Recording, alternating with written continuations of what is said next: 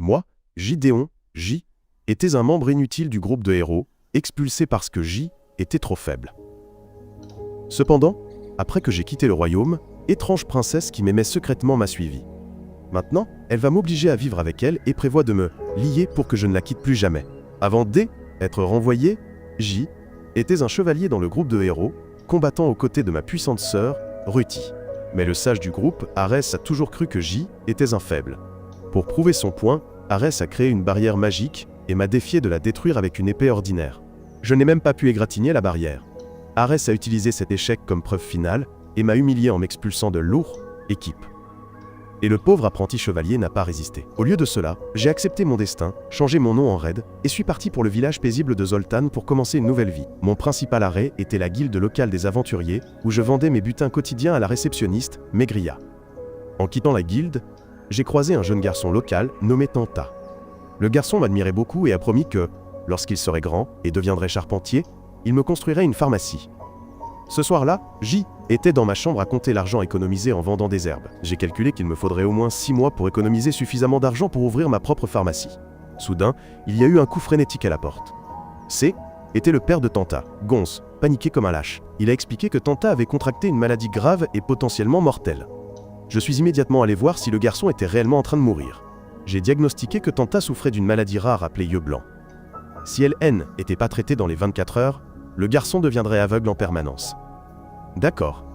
J'ai expliqué qu'une seule herbe spéciale appelée aiguille de sang pouvait guérir la maladie. Gonz, désespéré de sauver son fils, s'est agenouillé et m'a offert $1 million. Sans hésiter, j'ai décidé d'aider. Non pas pour l'argent, mais parce que Tanta était mon ami. J'ai traversé les montagnes comme un évadé. Je suis arrivé là où l'aiguille de sang poussait. Soudain, un oursibou a surgi de l'ombre et m'a attaqué, mais j'ai calmement sorti mon épée et lui ai porté un coup profond à la poitrine, comme si de rien n'était. Ensuite, j'ai apporté l'herbe à Gonz juste à temps, et ils ont guéri Tanta. La famille du garçon et le médecin local étaient extrêmement reconnaissants. Ce soir-là, alors que je me promenais dans la forêt, Gonz s'est approché pour exprimer sa gratitude une fois de plus. En tant que maître charpentier, il a proposé de me construire une pharmacie en récompense d'avoir sauvé son fils. Le jour de l'ouverture du magasin, j'ai surpris quelques clients parlant de la vaillante guerrière Ruti et de ses récentes victoires. Apprendre que le groupe de héros réussissait toujours sans moi m'a procuré un étrange sentiment de paix. De retour à la guilde des aventuriers, une célèbre aventurière de rang A, nommée Rit, est venue déposer un rapport, expliquant qu'il venait d'avoir une fête d'ouverture pour la pharmacie locale. Rit a montré de l'intérêt, et Megria a continué à parler du pharmacien, le décrivant comme l'homme le plus aventureux et le plus beau du village. D'autre part, ma toute nouvelle pharmacie était un échec total. J était appuyé au comptoir, fixant le vide et essayant de comprendre pourquoi il n'y avait pas un seul client. Juste à ce moment-là, la cloche de la porte a sonné et une femme est entrée, m'a immédiatement reconnu et m'a appelé par mon ancien nom, Gideon. C était l'aventurière de rang A, Rit, et nous nous sommes tous les deux assis pour savourer une tasse de thé chaud. Il s'est avéré que cette femme sensuelle était en fait la princesse d'une nation nommée Logervia. Cependant, elle avait abandonné la vie royale, car elle était fatiguée des jeux politiques qui détruisaient sa famille. Ensuite, elle m'a rencontré, moi et mes coéquipiers, et nous avions accompli des missions ensemble. Lorsque Rit m'a appelé par mon ancien nom, Gideon, j'ai expliqué que j'utilisais désormais le nom de Red. En entendant cela, elle a essayé de me flirter juste pour vérifier si ma virilité avait un problème. En tant qu'amoureux, j'ai admis avoir choisi mon nouveau nom parce que la couleur de ses lèvres était rouge. Malheureusement, elle semblait amusée par cette action quelque peu naïve. Ensuite, elle a demandé à un chevalier de haut rang comme moi ce que je faisais dans une ville isolée comme Zoltan. Je lui ai dit que J était devenu un fardeau pour le groupe, mais Rit N n'était pas d'accord et m'a considéré comme un guerrier puissant. Pour échapper à cette femme ennuyée, je suis allé dans la cuisine pour préparer plus de thé. Je l'ai apporté à table, et dès que Rit a pris une gorgée, elle a déclaré qu'il avait exactement le même goût que moi. Qu'est-ce qu'elle voulait dire par là? Ce commentaire nous a tous deux mis mal à l'aise, car nous avions eu des souvenirs assez intimes dans le passé. Le souvenir nous a ramenés à un bar bruyant, où nous nous étions rencontrés pour la première fois. Un vieil homme ivre importunait une femme encapuchonnée qui était bien sûr Rit. Avant qu'aucun héros ne puisse intervenir, elle a réglé l'affaire elle-même, en jetant l'homme à terre. Ensuite, elle a dit d'un air suffisant au groupe de héros qu'elle n'avait pas besoin de leur aide, se vantant de son statut de princesse de Logervia. De retour au présent, nous avons discuté d'un souvenir plus récent, d'une reconnaissance en montagne, où nous étions seuls, tous les deux. Alors que nous parlions tard dans la nuit, Rit a dit qu'elle avait trouvé des traces étranges, menant à une cabane isolée. J'ai écouté attentivement ses divagations et ai révélé que les armées du roi démon étaient probablement impliquées. J'ai suggéré que nous collaborions pour enquêter, Mais l'orgueil de Rith a pris le dessus. Elle a refusé mon offre, affirmant que l'Ogurvia se battait et gagnait sans aide. J'ai respecté sa décision et lui ai offert des biscuits, peut-être juste pour changer de sujet, mais la femme à la silhouette séduisante a commencé à saliver comme un labrador et a dit qu'ils étaient délicieux. Au présent, je l'ai contredite, suggérant que le compliment N était qu'une formalité. J'ai dit que Rith n'avait pas été honnête avec ses émotions à ce moment-là, et qu'elle n'avait appris à être sincère qu'en affrontant le rusé démon Chisandan. Cela a déclenché un autre flashback, bien plus sombre, sur une réunion militaire à l'Ogurvia. Les officiels du royaume paniquaient à cause des provisions qui épuisaient. Rith a proposé un plan intelligent pour attaquer l'entrepôt de provisions de l'armée démoniaque. Son maître, le commandant, a loué sa stratégie et a mis le plan en œuvre, assignant au groupe de héros la tâche de protéger le château. Malheureusement, toute l'affaire était un piège pour vaincre la nation de l'Ogurvia. C'est à ce moment-là que le commandant s'est tenu aux côtés des démons qu'ils étaient censés combattre. À ce moment-là, je suis apparu sur les lieux et j'ai transpercé le commandant avec mon épée. Cela l'a fait révéler sa vraie forme de démon Chisandan. Nous n'avons eu d'autre choix que de combattre ce monstre. Mais soudain, ma sœur Ruthie est apparue. Elle a tranché le bras de Chisandan à la vitesse de l'aile, éclair, et a planté son épée directement dans son cœur. Cette expérience a laissé Rith si choquée qu'elle n'a pas pu se protéger correctement. Elle s'est enfermée pendant des jours, submergée par le chagrin pour son maître et les soldats qui avaient péri. J était celui qui est allé la voir, espérant panser ses blessures émotionnelles. J'ai trouvé Rith au bord de la dépression et lui ai fait une dure remontrance, lui rappelant les devoirs d'un chef de équipe. Pendant cette période difficile, mes paroles ont été la seule chose qui l'a touchée, l'aidant à récupérer et à continuer à diriger. De retour à la pharmacie, le poids du passé pesait lourdement entre nous. Rith, ayant trouvé la seule personne avec qui elle pouvait être elle-même, a pris une grande décision. Elle m'a demandé un emploi dans mon magasin. J'ai essayé de refuser, voulant protéger ma nouvelle vie paisible, mais elle avait une réponse à tout. Elle a proposé de s'occuper du magasin pendant que j'irais chercher des herbes dans la forêt, et a même proposé de prendre soin de moi chaque nuit. D'accord, je ne pouvais plus refuser. Était en effet une bonne décision commerciale, alors j'ai accepté à contre-cœur. Rith a immédiatement prouvé sa valeur en exposant mes terribles compétences en affaires. Je lui ai montré un médicament que j'avais fabriqué et qui augmentait le volume d'autres médicaments, pensant que J était un génie. Cependant, cette femme intelligente m'a expliqué la situation, disant que cela ferait s'effondrer le marché à cause de l'offre et de la demande, ou d'une autre raison économique. Ensuite, je lui ai montré un analgésique moins addictif, mais elle m'a informé que j'avais besoin d'une approbation spéciale du conseil de Zoltan pour le vendre, chose à laquelle je n'avais jamais pensé. Réalisant qu'elle était vraiment intelligente, je lui ai demandé de passer chaque fois qu'elle avait le temps pour aider, mais Rith m'a juste regardé et a dit qu'ils ne se sépareraient plus jamais. Ensuite, elle a annoncé qu'elle emménagerait avec moi et qu'elle achèterait un lit et une baignoire plus grands pour que nous les partagions. J était complètement sidéré, alors que mon rêve d'une chevalière sexy aux formes généreuses devenait réalité. Pendant ce temps, dans un endroit lointain, Arès a présenté un nouveau membre au groupe de héros, une assassine silencieuse nommée Tis. Il l'a présentée à ses coéquipiers pour remplacer Gideon. Juste au moment où il se présentait, Ruthie est arrivée sur les lieux avec un visage froid. Elle a accepté Tis et a assigné au groupe leur prochaine mission, traquer une arme ancienne laissée par un ancien roi démon. Le lendemain matin, je me suis réveillé et me suis retrouvé à dormir sur le sol. Mais en regardant à côté de moi, j'ai vu le corps en feu de Rith allongé là. Ensuite, nous nous sommes retrouvés en bas, où j'avais préparé un délicieux petit déjeuner pour nous deux. Nous nous sommes assis pour manger comme un vieux couple marié, et elle a dévoré avec enthousiasme tout ce qui se trouvait à portée de vue.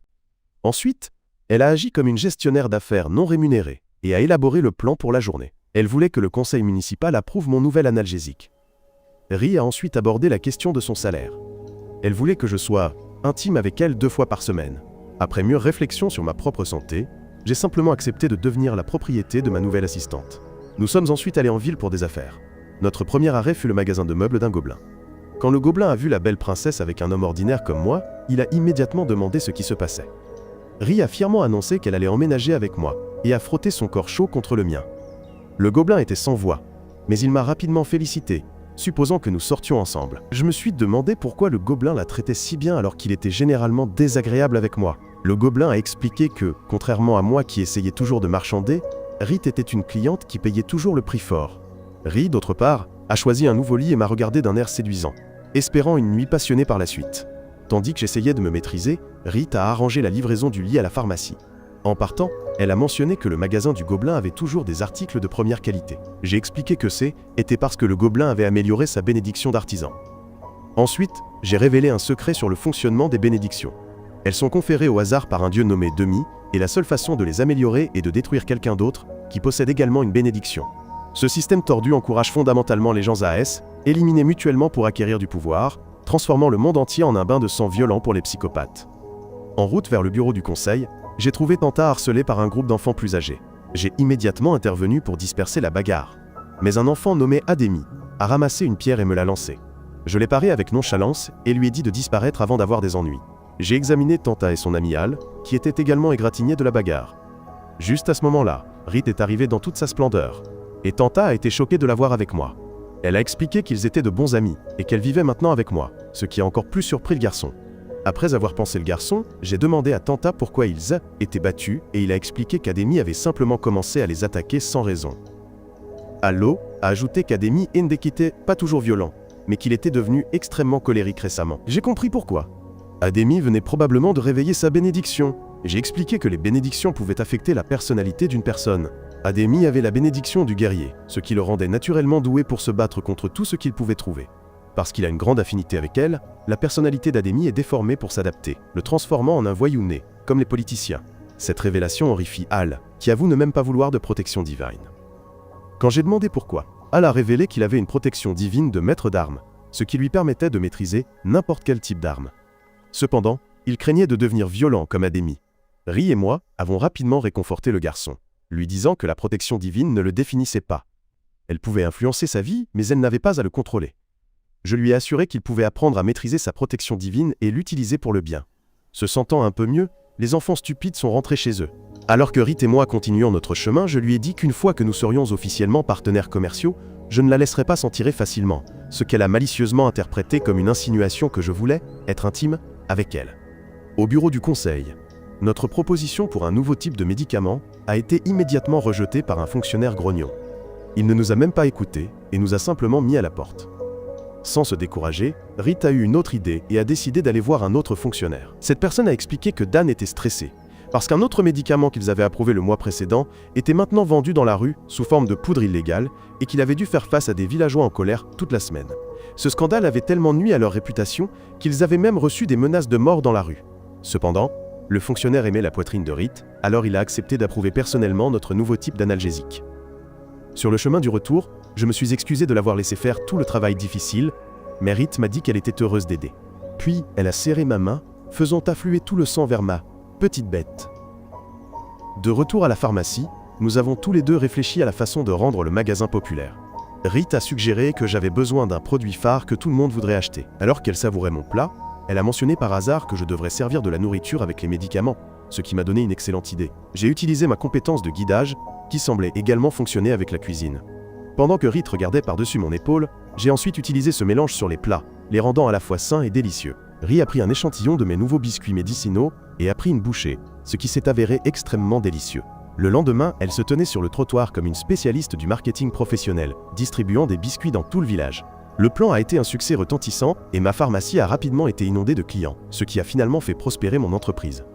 Nous avons célébré l'événement et j'ai porté cette belle femme dans mes bras pour mieux voir sa poitrine.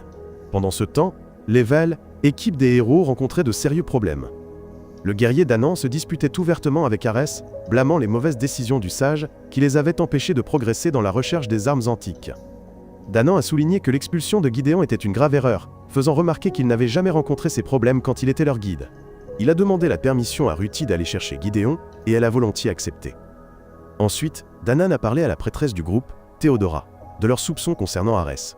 Il a mentionné qu'un autre membre du groupe, Yarandrala, était parti à cause de la décision d'Arès d'expulser Gideon. Danan a admis que même s'il avait l'habitude de taquiner Gideon, il ne l'avait jamais considéré comme un fardeau et était maintenant déterminé à le retrouver et à le ramener. Le lendemain matin, je me suis réveillé et j'ai trouvé le corps magnifique de Rit à côté de moi. Juste au moment où j'admirais sa poitrine généreuse, elle s'est réveillée.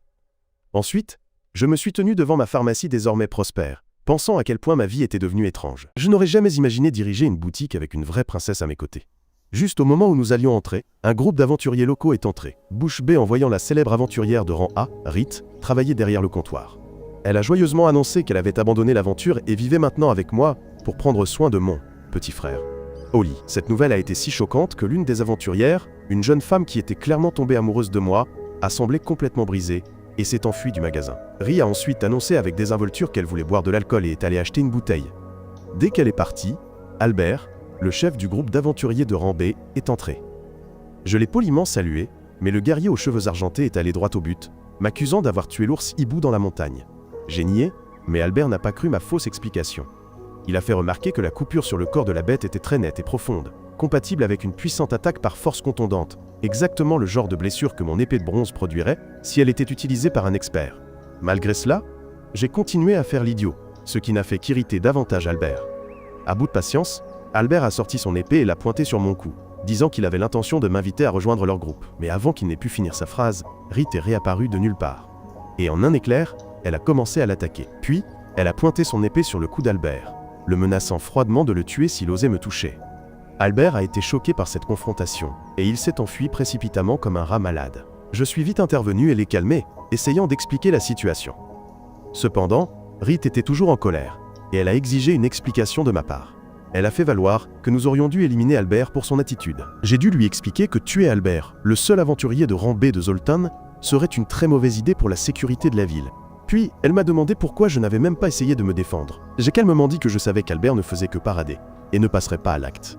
Ensuite, j'ai dit à Rith à quel point sa poitrine avait tremblé tout à l'heure, la rendant extrêmement gênée. Ce soir-là, nous avons célébré le succès de l'entreprise par un dîner, et Rith m'a rappelé que nous avions toujours besoin d'une baignoire. Je lui ai dit que j'avais demandé à Gonz de nous en construire une. Puis, elle a précisé qu'elle voulait une baignoire assez grande pour 2 personnes, expliquant qu'elle aimait simplement se détendre dans un grand bain, mais ce commentaire m'a visiblement embarrassé. J'ai rapidement suggéré que nous allions au sauna public local pendant les jours de repos, et elle a joyeusement accepté. Au sauna, je me suis retrouvé dans un concours d'endurance insensé avec le gobelin et le charpentier Gonz. Alors que les hommes suaient ensemble comme des marins, ils ont commencé à me taquiner sur ma relation avec Rith. Mais en bon gentleman, je leur ai dit de s'occuper de leurs propres affaires. Tout le monde était fatigué par la vapeur chaude. Mais personne ne voulait abandonner. Alors, pour mettre fin à cette stupide compétition, je me suis levé et j'ai augmenté la vapeur, ce qui a fait évanouir Gonz presque immédiatement. Instantanément, nous l'avons traîné dehors, où sa sœur le réprimandait maintenant pour être sur E accent aigu, N, E accent aigu. D'autre part, le propriétaire du sauna, un homme nommé Newman, s'est plaint d'avoir perdu des clients depuis l'ouverture d'un nouveau bain public plus luxueux. Nao était irritée par son abandon trop facile et a déclaré qu'elle continuerait à venir tant qu'il servirait des boissons. Le voyant démoralisé, tout le monde s'est levé et a commandé des boissons à Newman, espérant remonter le moral du vieil homme abattu. Même après plusieurs bières géantes, Nao et le gobelin en ont redemandé. Plus tard, de retour à la pharmacie, Nao et Rith réfléchissaient à la manière d'aider Newman à sauver son sauna. Elles ont imaginé des moyens de réduire les coûts et d'attirer plus de clients. Mais toutes les idées semblaient farfelues et irréalistes. Pendant ce temps, je leur ai servi du thé aux herbes, pour les aider avec leurs idées folles. Et tout à coup, j'ai eu un plan. J'ai rendu visite à Newman le lendemain et je lui ai donné un sac d'herbes spéciales, expliquant un nouveau service qu'il pourrait offrir, la thérapie par la vapeur. J'ai expliqué que était une technique utilisée par les elfes sauvages où ils se baignaient dans de la vapeur d'herbe pour soulager la fatigue. Newman n'était pas sûr que cette idée idiote apporterait plus de clients.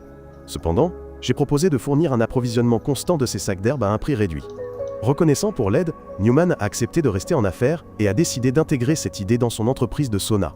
Il m'a même offert, à moi et à mes amis, une entrée gratuite à vie pour utiliser son sauna afin de nous espionner secrètement. Après avoir conclu l'affaire, je suis entré dans le sauna pour célébrer ma victoire commerciale. Mais juste à ce moment-là, Nao et Rith sont entrés dans la section des hommes avec leur corps chaud. J'ai essayé de échapper rapidement et de m'envelopper dans une serviette, mais Rith m'a supplié et m'a forcé à rester. N'ayant pas d'autre choix, j'ai accepté de profiter du sauna avec les dames. Alors que nous étions tous assis ensemble, Nao a dit à Rith qu'elle avait été intelligente de me choisir plutôt que les autres hommes inutiles du village. Les 2 femmes ont ensuite commencé à me féliciter d'être utile, talentueux et fiable, accumulant les compliments jusqu'à ce que je sois si embarrassé que j'en perde connaissance. Grâce à mon idée, le sauna de Newman est redevenu populaire, le magasin étant bondé de clients.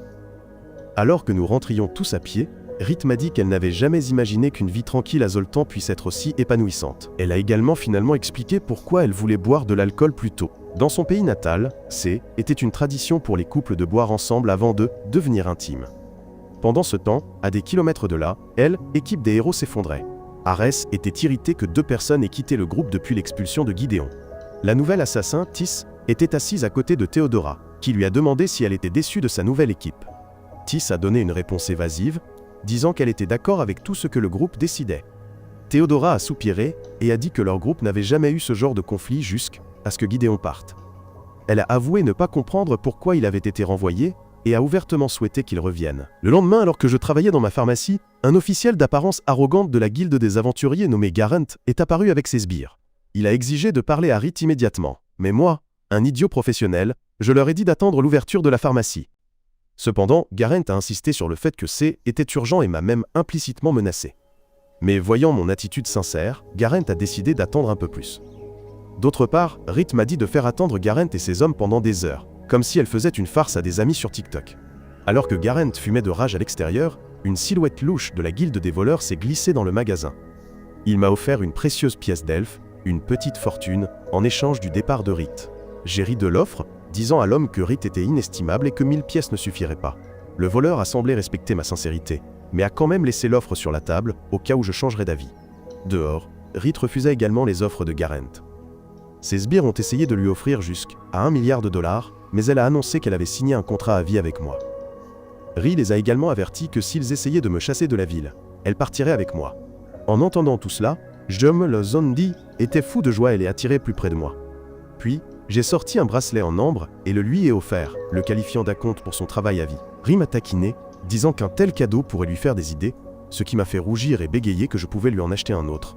Cependant, Rit s'est contenté de sourire et m'a dit que n'importe quel cadeau de ma part irait, tant que je continuais à être intime avec elle au lit. Pendant ce temps, dans une pièce sombre, 2 membres de la guilde discutaient du fait que Rit était devenue une carte imprévisible. Ils ont décidé qu'il fallait la surveiller de près, craignant ce qu'elle pourrait faire maintenant qu'elle était plus sous leur contrôle.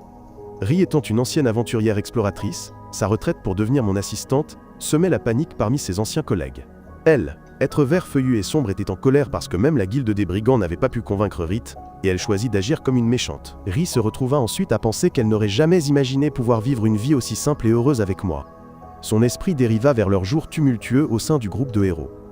Un flashback montra une situation désespérée dans sa patrie, Logervia, qui était en train d'être détruite par l'armée du roi démon. Leur seul espoir était d'obtenir de l'aide de la ville voisine. Mais pour ce faire, ils devaient traverser un territoire contrôlé par des démons avec un équipement rudimentaire. Gideon avait cependant élaboré un plan risqué. Ils traversèrent la forêt de l'illusion, un endroit si dangereux que même les démons l'aile évitaient. Leur première étape fut un village en bordure de la forêt, où ils rencontrèrent une elfe nommée Yarandrala, qui possédait une bénédiction unique lui permettant de parler aux plantes. Elle expliqua que la magie de la forêt n'affectait pas les habitants de son village, et qu'elle pouvait la naviguer simplement en écoutant les arbres. Gideon lui fit entièrement confiance en voyant son corps séduisant, faisant d'elle la clé de toute leur stratégie. Alors que le groupe de Gideon se préparait à entrer dans la forêt, Danan et Théodora restèrent pour protéger le village. Pendant ce temps, Arès décida d'engager des mercenaires louches pour recueillir des informations. Une décision si stupide qu'elle était presque garantie de se retourner contre lui. Alors qu'il voyageait à travers la forêt, Rit fut immédiatement jalouse de voir Gideon et Yarandrala travailler en étroite collaboration, même si elle tenta de paraître indifférente. Voyant son malaise évident, Ruti lui lança un regard impassible. Yarandrala, plus perspicace qu'il n'y paraissait, s'approcha de Rit et suggéra qu'elles aillent se baigner dans une rivière voisine pour se rafraîchir.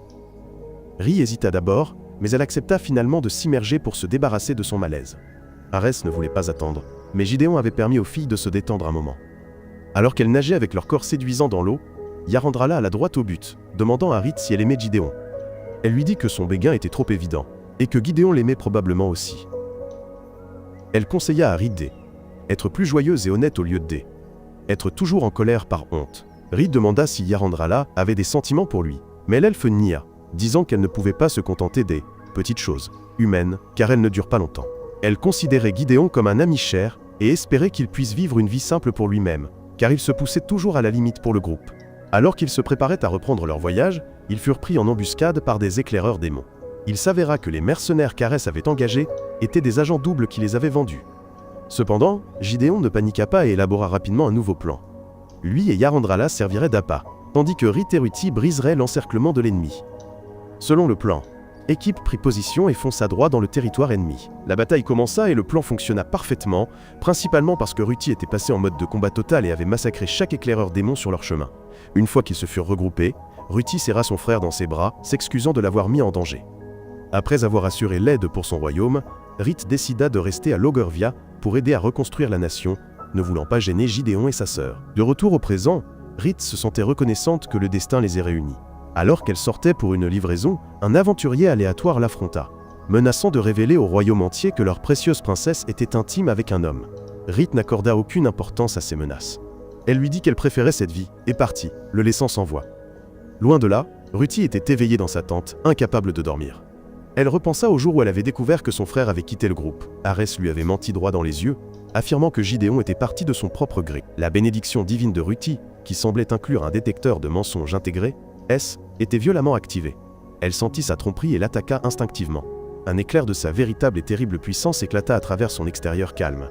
Cependant, Ruti se reprit un instant plus tard et le soigna. Mais le mal était fait. Depuis le départ de son frère, elle ressentait un grand vide dans sa vie, et les mensonges d'Arès ne firent que l'agrandir. Le lendemain, je livrai au Dr Newman, car mon entreprise rapportait maintenant des millions. Juste à ce moment, une agitation extérieure attira leur attention. Ils se précipitèrent dehors et virent un homme s'effondrer dans la maison. Son rythme cardiaque était dangereusement élevé. Moi, m'appuyant sur mes compétences de secouriste glané, je préparai immédiatement un antidote, un geste qui surprit également le docteur. J'expliquai au docteur ma compétence extraordinaire, qui me permettait de traiter les symptômes, même sans en connaître la cause. Une fois l'homme stabilisé, le docteur Newman révéla qu'il était victime d'une overdose de drogue, de la nouvelle poudre que le conseil avait récemment approuvée. Il m'avertit qu'il y aurait d'autres cas, comme celui-ci, et me demanda de racheter toutes les actions de la compagnie qui produisait cette drogue. Quand je rentrai tard à la maison, Rit me réprimanda pour être un partenaire égoïste, mais je fis rapidement la paix en lui préparant le déjeuner. Pendant qu'ils dînaient ensemble, je lui parlais de la victime d'overdose, et elle en conclut immédiatement que la drogue était très dangereuse. Cependant, j'insistais sur le fait que ce n'était pas à nous de jouer les détectives et de traquer le trafiquant. Pour qu'elle oublie, je suggérais que nous prenions un jour de congé et nous détendions au bord de la rivière. Nous chevauchions deux créatures ressemblant à des dragons et planions dans le ciel. Cependant, nous avons tous deux fini par passer la journée à nager et à faire un barbecue. Rit a rendu la situation encore plus torride en enlevant sa chemise devant moi et en me forçant à l'accompagner dans l'eau. Nos interactions étaient empreintes d'une tension gênante inédite. Malgré cela, nous avons tous deux fini par rire de notre propre maladresse, et j'ai souligné l'ironie qu'elle soit si timide maintenant, alors qu'elle était si audacieuse lorsque nous nous sommes rencontrés pour la première fois. Mais il suffit de regarder ce corps torride. N'importe qui deviendrait maladroit face à ses courbes. Rit a admis qu'elle avait toujours secrètement craint que je ne la rejette. Rassurée par mon sourire, elle s'est penchée et m'a embrassé directement sur les lèvres, disant qu'elle voulait sentir mon corps en elle. À des kilomètres de là, le groupe de héros traversait un vaste désert. Arès a révélé que l'arme ancienne qu'il cherchait était cachée dans des ruines antiques proches. Alors que le groupe se préparait pour le voyage, l'assassin Tis puisait de l'eau pour ses amis. Juste à ce moment-là, Ruti s'approcha pour boire. Tis demanda à l'héroïne si elle dormait jamais, mentionnant qu'elle la voyait toujours éveillée la nuit. Cependant, Ruti expliqua que sa bénédiction de héros avait supprimé le besoin de dormir et de manger, et qu'elle supprimait également ses émotions et ses sensations physiques. Comme un présage, une puissante tempête de sable Saes éleva dans le désert, mais Ruti resta totalement indemne, comme une vraie héroïne, le vent et le sable n'ayant aucun effet sur elle. De retour à Zoltan, Rit et moi avions repris le travail. Rit ne pouvait s'empêcher de penser à la nouvelle drogue. Elle dit que quelqu'un du village lui avait raconté que la poudre faisait que ses utilisateurs se sentaient comme une toute nouvelle personne. J écoutait calmement cette beauté parler, mais notre conversation fut interrompue lorsqu'un homme blessé entra en chancelant dans la pharmacie, implorant de l'aide. Pendant que j'entrais pour aider l'homme blessé, Rit se précipita dehors pour voir ce qui était passé. Elle trouva rapidement un membre de la guilde des brigands, drogué, attaquant des civils dans la rue. L'homme, agissant comme un psychopathe, attaqua Rit alors que plusieurs de ses acolytes l'encerclaient, lui coupant tout échappatoire. Cependant, elle les repoussa facilement, malgré son corps massif. Mais avant qu'elle ne puisse finir le combat, Albert apparut et abattit tous les assaillants avec son arbalète, éliminant la plupart d'entre eux en quelques secondes. Rit demanda avec colère pourquoi il les avait exterminés, mais Albert se moqua d'elle, lui disant de sauver ceux qui respiraient encore. Il se moqua ensuite d'elle pour ne pas avoir amené son fiancé. Exaspéré par ce commentaire sarcastique, Rit leva son arme, puis l'abaissa, expliquant que était un petit rituel qu'elle faisait pour réprimer les désirs de sa bénédiction de guerrière.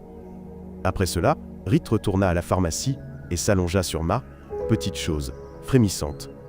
Elle raconta l'histoire de ce qui était passé avec les voyous, mais je continuais à elle. Écoutez.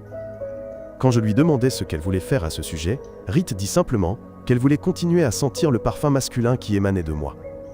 Juste à ce moment-là, Tanta et Al passèrent et nous invitâmes les garçons à déjeuner.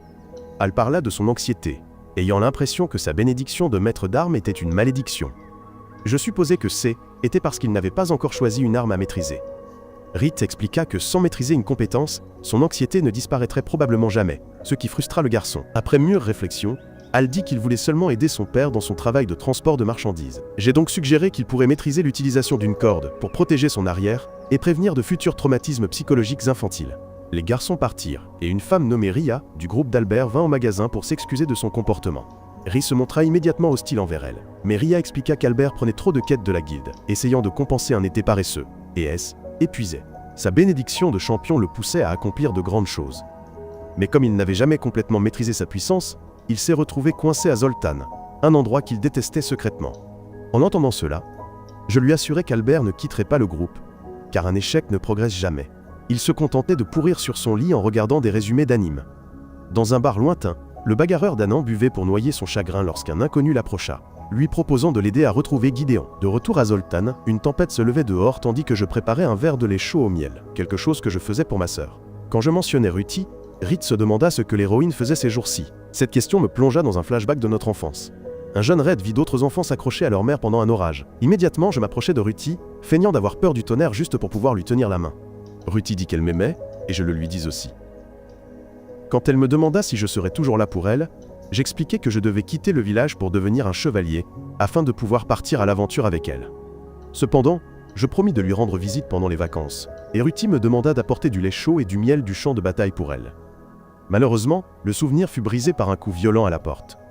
J'ouvris et trouvai un docteur Newman complètement inutile, qui tenait à l'inconscient dans ses bras, au lieu de lui sauver la vie.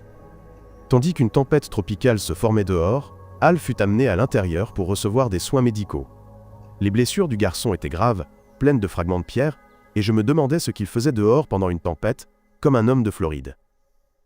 Juste au moment où nous réfléchissions, Al se réveilla en panique tandis que 3 adultes le regardaient fixement. Le garçon révéla qu'Ademi, le jeune gladiateur, avait complètement perdu la tête et l'avait attaqué lui et ses parents avec une hache, provoquant une panique généralisée. Immédiatement, nous nous sommes précipités chez Allah et avons trouvé ses parents assommés. Mais heureusement, ils étaient encore en vie. Je savais que était une mauvaise nouvelle car le père d'Ademi, Mulen, était le chef de la garde de la ville et cette attaque allait mettre toute la ville en ébullition. Effectivement, ce garçon Ademi avait disparu et les habitants de la ville devenaient fous, comme les protestations de la génération Z au Népal. Ils exigeaient justice contre une attaque aussi atroce. Mais la garde de la ville, dirigée par le père de l'agresseur lui-même, Mulen, a réagi avec une lenteur suspecte. Cette indignation était prête à éclater en manifestations violentes à tout moment. Pendant ce temps, les parents d'Al sont devenus un symbole de rébellion pour les habitants en colère. Avec eux à l'infirmerie, Al a été laissé sous ma garde et celle de Rit. Au petit déjeuner, le garçon, maintenant orphelin depuis une semaine, a demandé à Rit de lui apprendre à manier l'épée. Elle a accepté et ils ont commencé à s'entraîner dehors. Le garçon s'est jeté sur ces énormes Jigglypuff, mais le petit n'a eu aucune chance de les toucher. Les voyant s'entraîner comme des professionnels, j'ai loué les talents d'enseignante de Rit, mais elle a modestement dit que était parce que la bénédiction de maître d'armes d'Al faisait tout le travail. Elle s'inquiétait de ne pas être une bonne enseignante dans les jours à venir, mais je lui ai fait un discours d'encouragement ringard, lui assurant qu'elle ferait un excellent travail. Finalement, ils ont ri, et Rit a glissé sa main sur la mienne pour dresser mon mat de drapeau. Cependant, leur entraînement a été interrompu lorsque Nao et Gontz sont entrés en panique. Ils nous ont dit que la garde de la ville venait d'arriver chez eux et avait emmené Tanta pendant qu'il jouait avec son petit ami biologique. En voyant cela, Rit et moi sommes allés à la guilde des aventuriers et avons demandé de l'aide à Garand. L'homme a accepté de lancer une enquête conjointe, principalement parce que cela mettait Rit à sa merci et qu'il pourrait s'amuser avec elle la nuit. Il nous a donné une lettre à livrer au capitaine Mulen, qui lui devait apparemment une faveur. Nous sommes ensuite allés au quartier général de la garde, où les gardes ont tenté de nous arrêter. Mais quand je leur ai montré la lettre, nous avons été directement reçus par le capitaine Mulen. Immédiatement, Tanta a été réunie avec ses parents et ils ont failli fondre en larmes. Mulen a déclaré qu'il voulait seulement interroger Tanta et ne savait pas que ces hommes ligoteraient le garçon. Il l'a donc rapidement libéré et s'est excusé, mais j'ai exigé de savoir s'il était sur la liste Epstein. Mulen a expliqué que la ville était au bord d'une émeute. Les gens étaient tellement en colère qu'ils commençaient à croire qu'Ademi n'avait même pas attaqué la famille d'Al et que était une sorte de complot. Al a insisté sur le fait qu'il avait vu Ademi, mais Mulen a dit que la vérité était difficile à comprendre. Tanta a même défendu Ademi, disant que le combattant Cess était excusé après leur première bagarre et lui avait dit que son rêve était de rejoindre la garde de la ville pour protéger tout le monde et non pour leur faire du mal. En entendant cela, Mulen a demandé à me parler seul avec Rit et a imploré notre aide. Quand j'ai demandé si Ademi utilisait le nouveau type de drogue, Mulen a nié, disant qu'il avait appris à son fils à rester loin de ça. Cependant, j'ai souligné les similitudes entre cette attaque et celle commise par des consommateurs de drogue. Agissant comme un fidèle de Donald Trump, Mulen a déclaré qu'il n'y avait aucun moyen de le prouver car personne à Zoltan n'avait les compétences pour authentifier. Plus tard, alors qu'Al était seul à la pharmacie, un homme étrange lui a rendu visite. À mon retour, j'ai trouvé le garçon terrifié. J'ai proposé d'entraîner Al pendant que Rit allait s'occuper du travail pour Garant. Une fois qu'ils eurent fini, Al m'a demandé pourquoi J était seulement un aventurier de rang D alors que J était si bon. Je lui ai dit qu'être bon à quelque chose ne signifiait pas qu'il devait renoncer aux choses ordinaires. Le temps a passé et J était heureux de voir qu'Al avait finalement accepté sa bénédiction. Le garçon a ensuite avoué que l'homme étrange lui avait donné une nouvelle épée, disant qu'elle venait de quelqu'un lié à Big Hawk, le chef de la guilde des brigands. L'homme lui a dit qu'avec cette épée, il pouvait devenir un champion comme Rith. Moi, me souvenant des conseils de Théodora, j'ai dit à Al de parler à sa nouvelle arme et de lui demander si elle voulait trancher les ennemis ou protéger tout le monde. Pendant ce temps, Rith traquait un suspect de vol de drogue. Au moment où elle s'apprêtait à l'appréhender, l'homme s'est fait exploser. Avant qu'elle ne puisse réagir, plusieurs autres voyous sont apparus de l'ombre pour lui tendre une embuscade. Soudain, une figure encapuchonnée est intervenue et lui a sauvé la vie.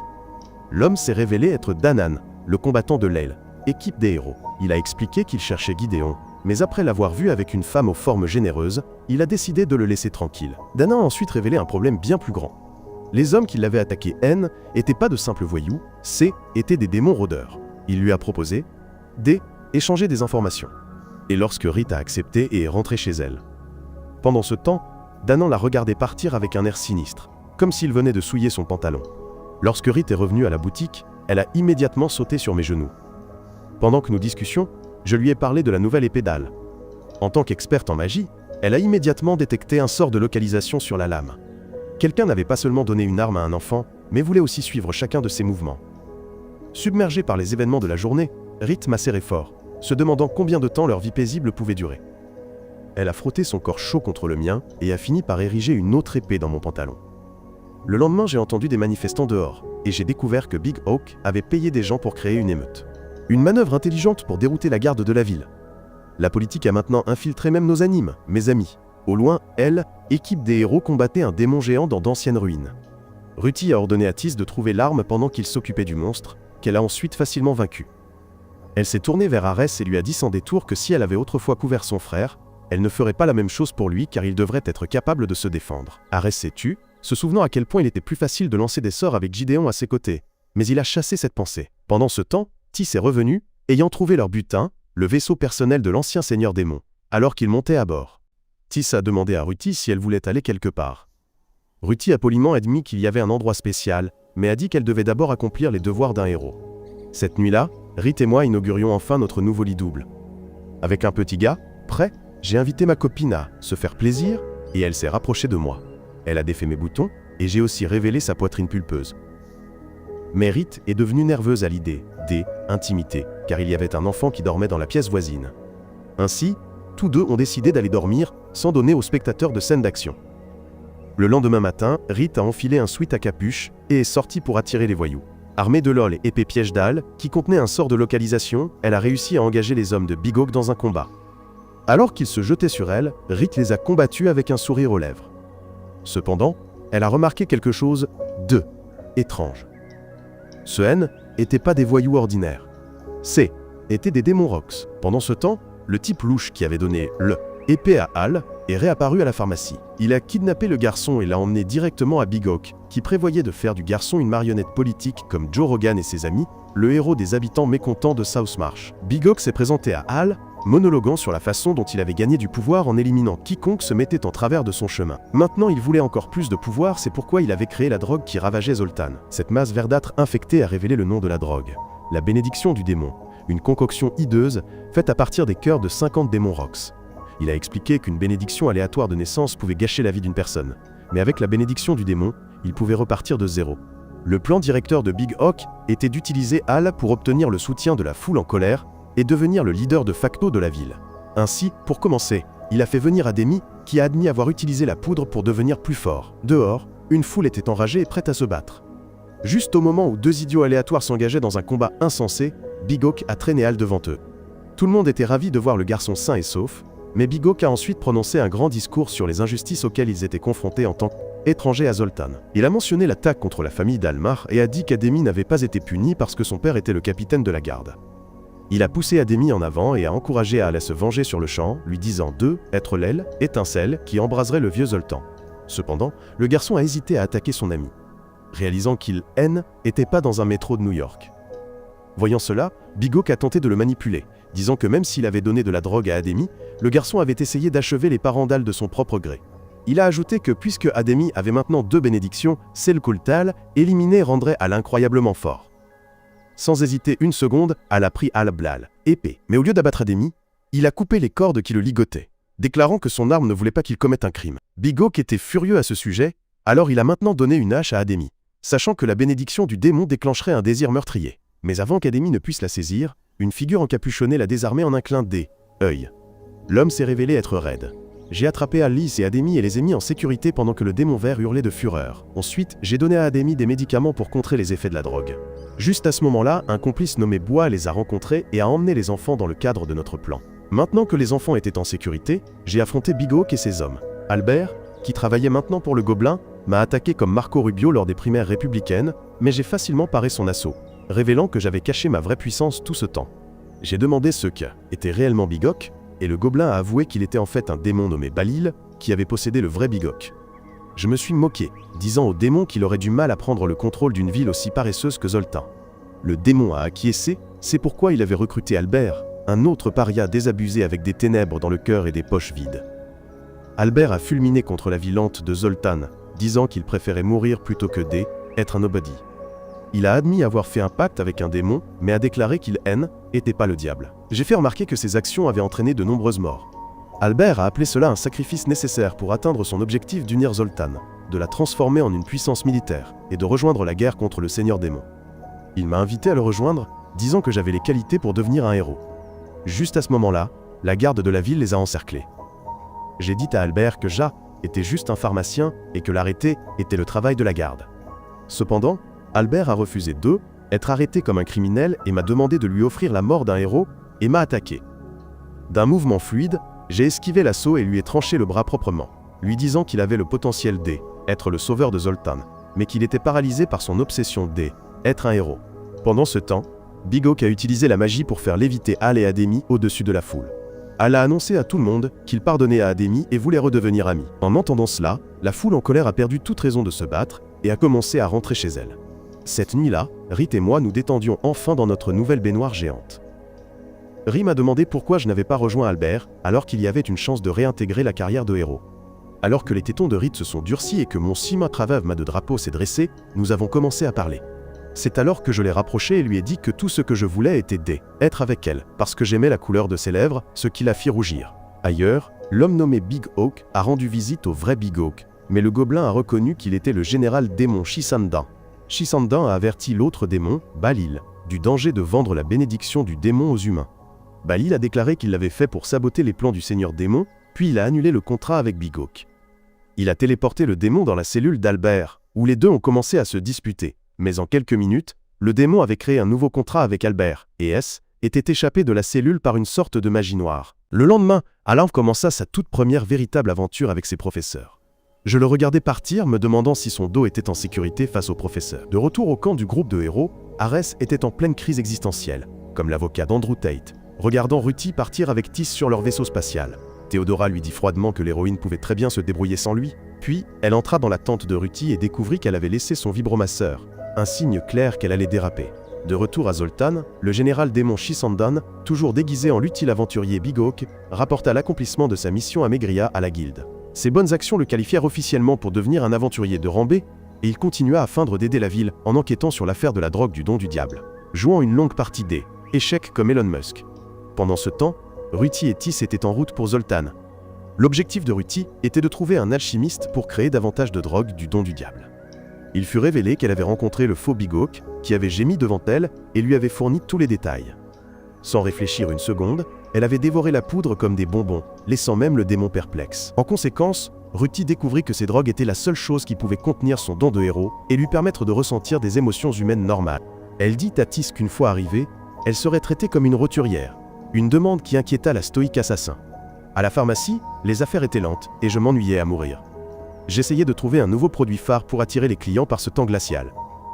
Rhys mentionna que les gens de sa patrie utilisaient des chauffe-mains spéciaux, ce qui me donna une excellente idée. Je me mis à développer ma propre version avec une formule à base de plantes uniques. Je distribuais des échantillons partout en ville, je pitchais même ce produit non testé aux médecins. Et avant que je ne m'en rende compte, ils furent un succès instantané. Mais dans la précipitation, cet idiot avait oublié d'en garder un pour lui. Sur le chemin du retour vers le magasin, frigorifié jusqu'aux os, je tombais sur ma copine, Rhys, qui se moqua de ma distraction et partagea le chauffe-main qu'elle m'avait gardé. Alors que la neige commençait à tomber sur ce couple en flirt, ils se serrèrent l'un contre l'autre sur un banc voisin. Elle me demanda pourquoi je la regardais fixement au lieu de profiter de la neige. Comme un véritable amoureux, je lui dis que était la première fois que je la voyais sous la neige, et ils continuèrent à flirter avant de partager un baiser, pensant qu'il n'y avait personne autour. Ailleurs en ville, Ruthie et Tis se changeaient en vêtements civils pour se fondre dans la masse. Elles convinrent de ne pas utiliser leur vrai nom pour éviter d'attirer l'attention. Cependant, leur grand plan rencontra immédiatement un obstacle à un pont où un chevalier idiot, nommé Otto, bloquait le passage, exigeant $100 de tous ceux qui voulaient traverser. Ruthie, dont les émotions montaient en flèche grâce à la poudre qu'elle avait prise, n'hésita même pas. Elle attrapa le chevalier et le jeta dans la rivière gelée en contrebas comme un frisbee. Tis fut horrifié, craignant que son comportement impulsif ne révèle leur couverture.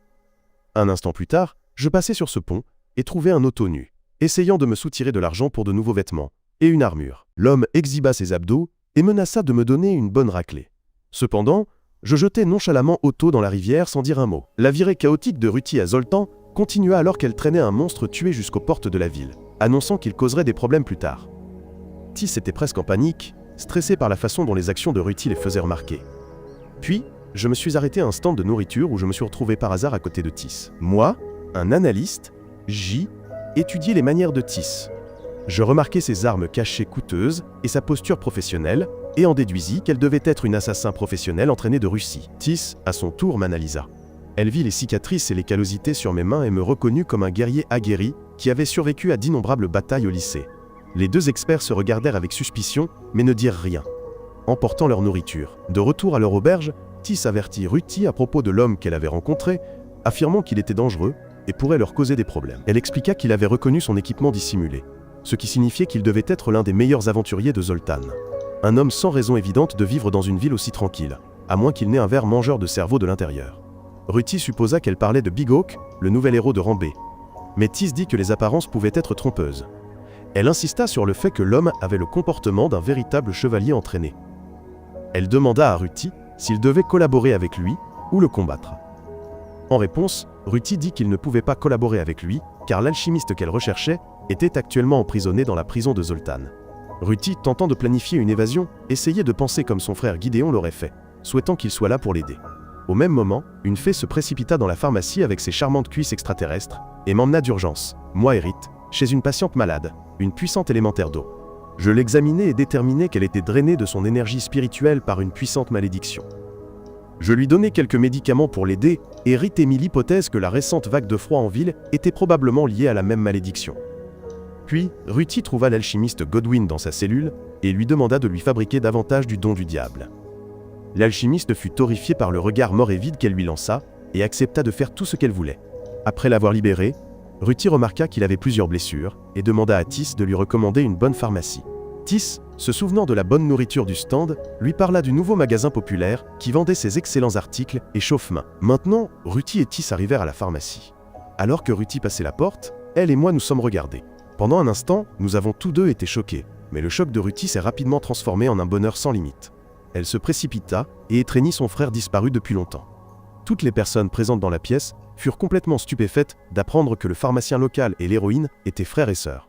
Tis, étant une professionnelle, me demanda si J était d'accord de laisser Godwin partir après avoir assisté à leur retrouvailles. Alors que je l'assurais que le gars était digne de confiance, Tis se présenta enfin. Je réalisai rapidement que était la fille qui m'avait remplacé dans le groupe. Lorsqu'elle me demanda si je vivais avec quelqu'un, je racontai à la fille tout sur Rite et son prix immaculé. Puis, je me tournai vers ma sœur Ruthie et lui expliquai enfin la vraie raison de mon départ, m'excusant d'avoir disparu sans un mot d'adieu. Elle dit qu'elle comprenait et proposa immédiatement de s'occuper d'Arès, afin que je puisse rejoindre le groupe, disant que le groupe ne serait pas complet sans moi. Cependant, je la refusai poliment. Je dis à ma sœur que j'avais trouvé une nouvelle vie avec une fille au sein énorme, et une raison de rester à Zoltan. Étonnamment, Ruthie accepta ma décision puis déclara qu'elle déménagerait à Zoltan pour vivre avec moi. Au même moment, Rite revint avec des provisions et fut complètement choquée de voir l'héroïne debout dans son salon. J'expliquai tout à ma compagne de lit, et Ruthie leur dit qu'elle me cherchait, car ils ne pouvaient pas vaincre le seigneur démon sans mon aide. Rite, se sentant maintenant insécure, me demanda ce que j'allais faire de la situation du seigneur démon. Cependant, je la rassurai en lui disant que je resterais pour gérer la boutique avec elle, mais elle restait préoccupée par le fait que je pourrais abandonner ma sœur. Sur ce, Ruthie se leva pour retourner à l'auberge pour la nuit. En tant que frère aimant, je me levai aussi, et promis que je serais toujours là pour elle. Sur le chemin du retour, Ruthie ressentit une vive douleur provenant de son dent. Elle réalisa qu'elle avait oublié de réprimer ses émotions en ma compagnie, et cette augmentation soudaine de bonheur provoquait une violente réaction. elle prit rapidement une autre dose de poudre, du don du diable pour s'affaiblir.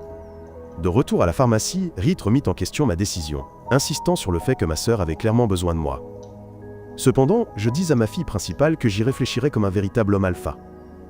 Pendant ce temps, à l'auberge, Godwin paniquait, disant à Tis qu'il devait quitter la ville immédiatement avant qu'il ne soit capturé et exécuté. Tis transmit le message à Ruti, qui déclara qu'elle resterait une semaine de plus pour chercher des reliques elfiques avant leur départ. Alors que Ruti s'avançait vers elle, Tis ressentit soudain une vague de pure menace l'envahir. Un aperçu de la véritable puissance terrifiante de l'héroïne. Elle dégaina instinctivement son arme pour se défendre.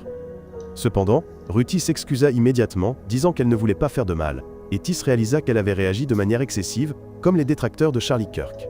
Elle commença à voir Ruti sous un nouveau jour. Une fille écrasée par la lourde responsabilité d'être une héroïne, isolée par sa propre puissance et ses piètres compétences en communication. Pour briser la glace, Tis sortit son araignée de compagnie pour que Ruti la touche, et les deux filles commencèrent enfin à devenir amies. Ailleurs en ville, Shisandan étudiait une carte des reliques elfiques comme un rat de bibliothèque au chômage et examinait un cristal magique. Irrité de voir que la malédiction qu'il avait jetée sur elle, élémentaire d'eau, avait été levée. Le lendemain, Ruti tenta d'aider à la pharmacie, mais son regard vide fit fuir tous les clients. Je lui suggérai gentiment d'essayer de sourire davantage et lui proposai de lui faire visiter la ville. Jouant son rôle, Tis proposa de rester à la pharmacie avec Rit. Finalement, les deux filles se rendirent au bain public, où le comportement excentrique de Ruti la fit rapidement devenir une célébrité locale. Puis, elle s'excusa de ma part d'avoir attiré trop d'attention, mais je lui dis que Jar était fier de la présenter à tout le monde. Je lui passai même la main sur la tête comme un chien mourant, ce qui rendit la petite vraiment heureuse. Loin de là, le reste du groupe de héros était également en route pour Zoltan, guidé par nul autre que le rusé Albert. En signe de soutien, Théodora proposa de lui acheter une prothèse de main. Albert lui raconta l'homme qui lui avait coupé la main, perplexe quant à la raison pour laquelle une personne aussi puissante refuserait de devenir un champion. Cela amena Théodora à se demander si tout le monde devait réellement suivre le chemin que son don leur avait choisi. Une véritable crise existentielle. Pendant ce temps, je préparais du lait au miel et le servis aux filles chez moi. Pendant un moment, cela ressembla à une véritable famille heureuse. Juste à ce moment, les filles décidèrent d'aller au bain public pour renforcer davantage leurs liens familiaux. Au bain public, Ruti demanda à se baigner avec Rit, et Tis décida de les rejoindre, déclarant qu'elle aimait documenter tous les différents endroits où elle était baignée. Dans l'eau, Ruti s'ouvrit à Rit. Elle raconta un souvenir d'enfance où elle essayait de protéger un autre enfant d'un ours hibou. Même enfant, son don l'avait forcée à risquer sa vie pour les autres, bien qu'ils aient souvent peur d'elle. Dans ce moment d'horreur, tout ce à quoi elle put penser fut son frère. Elle l'appela par son nom et j'apparus instantanément, fendant l'ours hibou en deux. Ruti raconta à Rit comment son frère avait toujours été là pour elle, pleurant à sa place lorsqu'elle était blessée, et que sa présence était la seule chose qui l'avait jamais rendue heureuse. Elle admit que, à cause de son don, elle n'aimait plus des choses comme se baigner ou manger, mais qu'elle pouvait encore se souvenir de ce que était avant. Puis, elle regarda la poitrine de Rit avec envie, disant qu'elle aurait aimé pouvoir pleurer et rire librement. Finalement, les vannes cédèrent et Ruti se mit à pleurer comme une fille normale. Elle a avoué qu'elle n'avait jamais voulu être un héros. Tout ce qu'elle avait toujours voulu, était avoir des seins pleins comme Rit. Témoin de cela, Tis réalisa que Ruti s'accrochait au passé parce que sa bénédiction lui avait volé son présent, et elle trouva une nouvelle détermination à l'aider. Le lendemain, j'ai remercié Tis d'être une bonne amie de Ruti, reconnaissant que J était conscient des changements dangereux que ma sœur subissait à cause de sa bénédiction. Quand Tis expliqua qu'un démon contractuel poursuivait ma sœur, tout le monde commença à paniquer. J'ai réalisé que je devais parler à l'alchimiste Godwin pour en savoir plus sur les effets secondaires de la bénédiction du démon. Quand elle m'a demandé si J était en colère contre Ruti pour avoir libéré Godwin de prison, je lui ai dit de se taire ou je la ferais manger de la viande de chien. En entendant cela, Tis m'a dit qu'elle irait au port pour acheter l'équipement dont Godwin avait besoin pour fabriquer plus de poudre et que le groupe se préparait à louer des dragons pour le voyage en montagne. Au port, je suis tombé sur le vrai Danan, et les deux vieux amis ont décidé de s'asseoir pour discuter autour d'un thé. Au même moment, le groupe de Théodora et Albert rôdait également autour du port, essayant de recueillir des informations pendant qu'Arès vagabondait pour faire ses propres affaires. Ils nous ont trouvés, Danan et moi, ensemble, et ont décidé de nous suivre, se cachant dans l'ombre, comme des amateurs. Danan m'a dit que le groupe était en plein chaos sans moi, c'est pourquoi il était venu me chercher. Cependant, j'ai réaffirmé ma décision de rester à Zoltan. Danan a dit qu'il resterait encore un peu pour voir ma nouvelle vie et draguer quelques filles pendant ce temps. Ensuite, je lui ai dit que Ruti était aussi en ville, et je lui ai expliqué toute sa situation avec cette poudre, ce qui a choqué Danan. Il a immédiatement décidé de travailler avec moi pour la sauver. Alors que nous partions discuter de nos plans, un autre Danan, un imposteur, a rencontré Arès dans une auberge. Ce faux Danan a raconté à Arès tout ce qu'il savait sur la localisation de Gideon. Arès était furieux d'apprendre que Gideon menait une vie paisible avec une princesse et a exigé de savoir où était sa pharmacie. Il a fait éruption dans ma boutique et, comme un vrai républicain de droite du Texas, a commencé à tout détruire à vue. Pendant ce temps, le vrai Danan m'a dit l'horrible vérité. Shisandan était toujours en vie. Le démon l'avait attaqué, et pendant le combat, une créature lui avait arraché le bras. Pendant que nous parlions, nous avons repéré un dragon dans le ciel transportant Ares et le faux Danan vers les montagnes, où Ruti était parti explorer, et nous avons immédiatement décidé de les suivre. J'ai rattrapé Rit en premier, et je lui ai raconté ce que Danan avait dit. Elle s'est excusée de ne pas m'avoir dit qu'elle avait déjà rencontré Danan, mais j'ai vite réalisé que l'homme qu'elle avait rencontré était en fait le démon déguisé. Nous avons tous deux convenu que ce spectacle avait duré trop longtemps. Nous avons décidé de nous battre et d'en finir une fois pour toutes, afin de pouvoir enfin reprendre nos séances de chevauchement. Je me suis précipité en avant vers les ruines elfiques, naviguant facilement dans le labyrinthe ancien grâce à mes compétences d'orientation. J'ai trouvé la pièce où Godwyn se cachait et lui ai dit d'appeler Ruti. L'alchimiste a d'abord refusé, horrifié par sa puissance, mais je lui ai juste tordu le bras comme des spaghettis jusqu'à ce qu'il hurle de douleur. Comme prévu, Ruti a immédiatement fait irruption dans la pièce. Je lui ai dit que j'avais travaillé sur un médicament spécial pour aider à contenir sa bénédiction. Elle ne comprenait pas, disant qu'elle avait toujours pensé que mon rêve était de devenir un chevalier et de sauver le monde. Cependant, je l'ai corrigé, expliquant que mon seul véritable objectif avait toujours été de la protéger, car elle était la chose la plus précieuse de ma vie. Je lui ai dit que je me fichais qu'elle renonce à être un héros. En entendant cela, Ruti se demanda si Kerr était vraiment bien de faire ce qu'elle voulait. Je lui ai assuré que sa vie était la sienne à vivre. En entendant cela, la jeune fille m'a serré dans ses bras, me disant que Jean était le meilleur grand frère du monde. Ailleurs dans les montagnes, Shisandan et Ares cherchaient le pantalon souillé d'urine de Ruti pour la capturer. Le démon a parlé à Ares des anciennes ruines elfiques cachées là. Le vrai Danan a finalement retrouvé Théodora et a sauté sur son dragon pour rattraper les autres. De retour dans les ruines, mon groupe a retrouvé Tis. J'ai suggéré que nous parlions à Godwyn de la drogue, et Ruti a expliqué que même si elle ne lui avait pas donné une nouvelle bénédiction, elle avait éveillé une sorte de pouvoir inconnu en elle. Godwyn était perplexe, mais a supposé que ce haine était probablement pas dangereux, car cela ne lui donnait aucune envie meurtrière. Soudain, Tis sentit quelque chose s'approcher d'elle. J'ai réalisé que ces étaient des mouches d'observation, des drones de surveillance magique qui se multiplieraient et révéleraient leur position s'ils étaient attaqués. Ruti, qui était défoncée jusqu'aux oreilles, les a toutes anéanties d'un seul sort, et a couru dans la direction d'où elle venait. Sans une seconde d'hésitation, je l'ai suivie, et nous avons trouvé un Ares complètement fou nous attendant dans une pièce. Il a fanatiquement exigé que Ruti l'accompagne pour combattre le roi démon. Elle a carrément refusé, et a expliqué sa décision de rester avec moi. Furieux de cela, Ares m'a attaqué, mais Ruti l'a immédiatement poignardé, lui disant qu'elle avait évité ses organes vitaux, et qu'il pouvait appeler ses agents d'assurance vie pour le paiement. Puis, elle a fermement réaffirmé sa décision de renoncer à être un héros.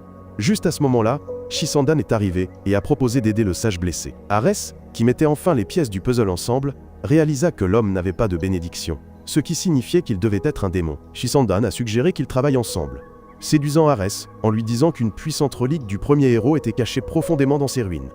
Une relique qui pourrait forcer Ruti à revenir à ses côtés. Ares, maintenant complètement délirant, était déterminé à trouver la relique du héros à tout prix.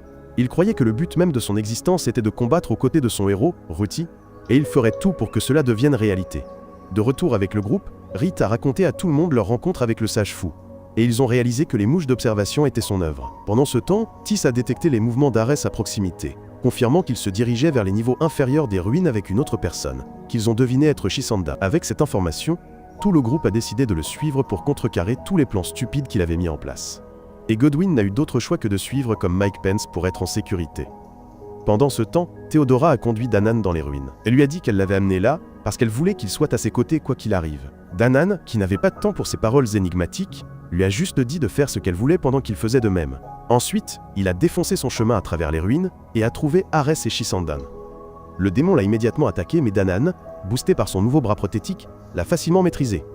Shisandan a désespérément appelé Ares à l'aide. Après un moment d'hésitation, Ares a jeté un sort pour distraire Danan, permettant à Shisandan de le poignarder et de le faire exploser de l'intérieur avec un puissant sort. Malgré le coup fatal, Danan a quand même réussi à continuer à combattre le démon qui avait maintenant révélé sa vraie forme, jusqu'à ce qu'il finisse par s'effondrer. Alors que Danan s'effondrait, Ares a remarqué son sentiment de calme, après avoir trahi un allié. Il a réalisé que c'est ces sentiments qu'il avait eus en manipulant Gideon pour qu'il quitte le groupe afin qu'il puisse prendre sa place. Il a suivi Shisandan plus profondément dans les ruines, et ils sont arrivés dans une pièce contenant les véritables épées sacrées, qu'ils appelaient les épées sacrées de vengeance. Shisandan a expliqué que elle, épée que Ruti utilisait actuellement N, était qu'une copie bon marché de Chine. Et sa bénédiction N était qu'une copie de la volonté du héros original, tout comme les seins de Kim Kardashian. Ensuite, il a révélé leur plan à Ares. Il devait donner à Ruti la vraie épée, et lui enlever la seule chose qui alimentait son désir d'être une personne normale. Dès qu'il a entendu cela, Arès a su exactement de quoi il s'agissait, son frère Gideon. Pendant ce temps, mon groupe naviguait à travers les ruines avec Ruti, me donnant mon ancienne épée préférée. Ils sont vite entrés dans une pièce où ils ont trouvé Shisandan, déguisé en l'ancien maître de rite, le méchant capitaine de la garde royale. Sans hésitation, ils ont attaqué l'homme, mais ont eu du mal à l'approcher car Arès utilisait la magie du feu pour les tenir à distance. Ruti les a protégés des flammes et a dit à Arès qu'elle lui pardonnerait s'il se rendait maintenant, mais Arès était allé trop loin à ce moment-là. Les deux frères ont échangé de puissantes attaques, essayant de se submerger mutuellement. Ailleurs, Albert et Théodora ont trouvé Danan gravement blessé et lui ont administré un médicament, lui sauvant finalement la vie. Pendant ce temps, la bataille entre Ruti et Arès continuait. Arès a essayé de forcer Ruti à toucher P qui elle, épée sacrée de vengeance comme un PDF. Mais elle a créé une énorme tornade qui a brisé les armes de tout le monde. Soudain, Théodora a sauté pour se joindre à la fête. Elle a enchaîné Rite près d'un monstre et a commencé à combattre Ruti, déclarant que l'héroïne devait être sacrifiée pour le bien du monde. Ruti a insisté sur le fait qu'elle ne voulait plus être un héros. Mais Théodora a soutenu qu'innombrables vies seraient perdues si elle ne faisait pas son devoir. Elle a déclaré que même si Gideon était fort, il ne pouvait pas vaincre le roi démon sans son aide. Un instant plus tard, Rite s'est libérée de ses chaînes et a affronté Théodora, lui demandant pourquoi elle pensait que Sik était acceptable de mettre le destin du monde sur les épaules d'une seule personne. Théodora lui a rappelé que le groupe de héros avait sauvé son village, mais Rite a corrigé, disant que C était leur stupide petit groupe, un groupe composé d'individus avec leurs propres croyances, qui avaient sauvé sa patrie, et non une volonté divine homosexuelle quelconque. Cependant, elle a soutenu que les humains étaient plus que leur bénédiction. Théodora l'a rapidement rejetée, disant qu'elle ne devait pas douter du plan de l'Omnipotent. Mais Rite lui a dit qu'elle avait tort de mettre un tel fardeau sur une personne clairement mal en point. Pendant ce temps, Ruti a vu le monstre se réveiller et l'a tailladé comme une reine pour protéger Rite. Mais Arès a jeté un autre sort, créant un mur de fer qui les a séparés des autres. Ruti a essayé de sauter par-dessus, espérant les sauver, mais a lamentablement échoué, et Shisandan a saisi l'occasion de briser son épée. Arès a célébré sa victoire devant moi et est allé combattre Tis, qui lui a dit que sa vision tordue était fausse et qu'elle était déterminée à laisser Ruti vivre une vie normale. Juste au moment où le mur de fer était sur le point de nous écraser, Rite et moi, Danan, maintenant rétabli, a utilisé sa force massive pour les sauver. Libéré de mes entraves, je me suis immédiatement jeté sur Arès. Avec l'aide de Rite, j'ai esquivé les sorts du sage et lui ai coupé les deux bras, le laissant saigner sur le sol. Ruti a continué le combat contre Shisandan, qui lui a dit qu'elle ne méritait pas une vie paisible parce qu'elle était une héroïne. Entendre cela a déclenché une rage profonde en elle, provenant de sa bénédiction inconnue. Elle l'a attaqué sans relâche, et dans sa rage, elle a accidentellement attrapé l'une des épées sacrées de vengeance, et l'a abattue. Elle a retrouvé les autres, mais cette fois quelque chose n'allait pas. Au lieu de les aider, elle s'est retournée et m'a attaqué. Moi qui soignais les blessures de Théodora comme un véritable amoureux transi. Immédiatement, Tis a bondi devant moi pour me protéger, et a essayé de parler à Ruti, qui avait maintenant une expression complètement vide sur le visage. J'ai doucement posé Tis blessé au sol pour faire face au visage inquiétant de ma sœur, qui était maintenant en mode héroïque psychopathe total, avec une expression impassible. Ensuite, elle m'a attaqué sans la moindre hésitation. J'ai habilement esquivé son attaque. Et avec ma modeste épée de bronze, je l'ai désarmée avec dextérité. Involontairement, le choc de cette manœuvre l'a finalement ramené à la raison. Immédiatement, Ruti se précipita vers Tis, essayant de soigner ses blessures, mais son pouvoir ne réagit pas, la laissant se sentir complètement impuissante pour la première fois de sa vie. De l'autre côté, Théodora, soudainement prise d'une conscience éclairée, entra et soigna les blessures de Tis. Elle a dit qu'elle ne demanderait pas pardon, déclarant qu'elle croyait sincèrement que trahir Ruti était son seul choix. Théodora a avoué n'avoir jamais compris pourquoi Ruti n'avait pas cherché Gideon. Mais après toutes ces absurdités, elle réalisa que être un héros était un destin solitaire et cruel qui, N, était pas pour tout le monde. Était un peu tard pour cette prise de conscience, mais ce N était pas grave. Alors que Théodora s'apprêtait à accepter sa punition, Albert l'interrompit, arguant qu'elle était battue pour le bien du monde et qu'elle devrait être épargnée. À ce moment-là, Tis se réveilla et s'excusa auprès de Ruti de l'avoir inquiétée, mais Ruti fut simplement soulagée de l'avoir en vie. Finalement, Ruti dit à Théodora qu'elle n'avait jamais voulu être une héroïne et voulait juste vivre sa vie comme une fille de la ville. Elle a dit que la détermination tordue de Théodora l'avait rendue plus héroïque qu'elle ne l'avait jamais été. En entendant cela, j'ai ajouté qu'un vrai héros est celui qui sauve le monde par sa propre volonté, et non parce qu'un don divin l'y oblige. Inspirée par ce discours sentimental, Théodora demanda si elle pouvait devenir une guide comme moi. Je lui ai dit que C était tout à fait possible, et elle a réalisé que C était une bien meilleure vie que de se battre avec des amis pour les règles compliquées d'une divinité. Un instant plus tard, je suis retourné à ma boutique et l'ai trouvée complètement détruite, l'aile, œuvre d'Arès. Mais alors que la neige commençait à tomber dehors, j'ai oublié tous les dégâts. Ruti et Tis m'ont également rejoint, et Ruti était ravi, sentant le froid pour la première fois depuis des années. Voyant qu'il étaient enfin liés, je les ai invités à prendre le petit déjeuner. Il a été révélé que le nouveau don divin anonyme de Ruthie était assez puissant pour contrôler d'autres dons, mais elle l'utilisait principalement pour désactiver son mode héroïque. Elle leur a dit que son nouveau rêve était d'acheter une ferme comme Bill Gates et de cultiver des herbes. Ensuite, ils ont tous assisté aux funérailles d'Arès, priant pour qu'il ne souffre pas dans l'au-delà, ce qui était probablement plus que ce que le manipulateur méritait. Ensuite, le groupe a discuté de ses projets futurs. Danan a dit qu'il partirait dans quelques jours, mais il a soulevé son inquiétude quant au fait que Shisandan avait pu utiliser elle, épée sacrée, je suppose qu'il pourrait y avoir une autre épée perdue quelque part.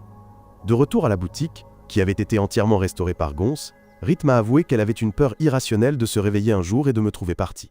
Elle a dit que puisque tout le monde semblait avoir besoin de mes conseils, elle craignait que je ne parte pour guider d'autres personnes. Ri avait même peur que je ne veuille pas revenir après la destruction de la boutique. Cependant, avec un « petit frère » près dans mon pantalon, je lui ai dit quelle était la seule raison pour laquelle je revenais chaque jour. J'ai avoué que était la première fois que nous nous retrouvions à Zoltan. Ces mots m'ont rendu heureux car elle m'avait vu comme un désordre brisé, mais avait quand même choisi de rester à mes côtés. Sur ce, ils ont partagé un moment intime, parlant de leur avenir. Je lui ai dit que je voulais passer le reste de ma vie avec elle et que je souhaitais avoir des enfants un jour. J'ai demandé à Rit quelle était sa pierre précieuse préférée, et elle m'a dit qu'elle aimait n'importe laquelle que je choisirais pour elle. Le lendemain matin, Ruthie et moi sommes sortis explorer la ville comme de vrais frères et sœurs pour la première fois. J'ai présenté ma sœur à tous les marchands locaux et je lui ai acheté un cadeau. Pendant que nous nous promenions, elle m'a dit à quel point elle était heureuse de pouvoir enfin passer du temps avec moi et de se faire de nouveaux amis. Elle m'a demandé de rester avec elle pour toujours et j'ai promis que je le ferais tant qu'elle le voudrait. Ensuite, nous nous sommes allongés dans l'herbe et Ruthie, enfin en paix avec elle-même, s'est endormie comme un enfant. Mais dans un anime d'action, la vie lente ne semble jamais durer. De retour à la pharmacie, Maigria de la guilde est entré en courant, demandant de toute urgence l'aide de Ruthie. Un groupe de gobelins avait pris le contrôle d'un village voisin et capturé plusieurs aventuriers. Sans hésiter, Ruthie accepta d'aider. Tis sourit, notant que Ruthie était toujours une héroïne, mais qu'elle était maintenant une combattante par sa propre volonté. Quand elle est partie, je lui ai dit que je ferais tout ce qu'elle voudrait à son retour. Comme prévu, cette fille a demandé du lait chaud et du miel. Dans la dernière scène, l'alchimiste Godwin parlait avec l'elfe, Yarandrala, de Zoltan. Il a dit que même si C était une ville ennuyeuse, il pensait que C était l'endroit parfait pour vivre une vie tranquille. En entendant cela, Yarandrala s'est levée avec un visage déterminé, précisant qu'elle voulait revoir Gideon et Rit. Si vous voulez que nous fassions une deuxième partie de cet anime, commentez. Grande âme ronde, ci-dessous. D'ici là, abonnez-vous, aimez et partagez cette vidéo avec tous vos amis.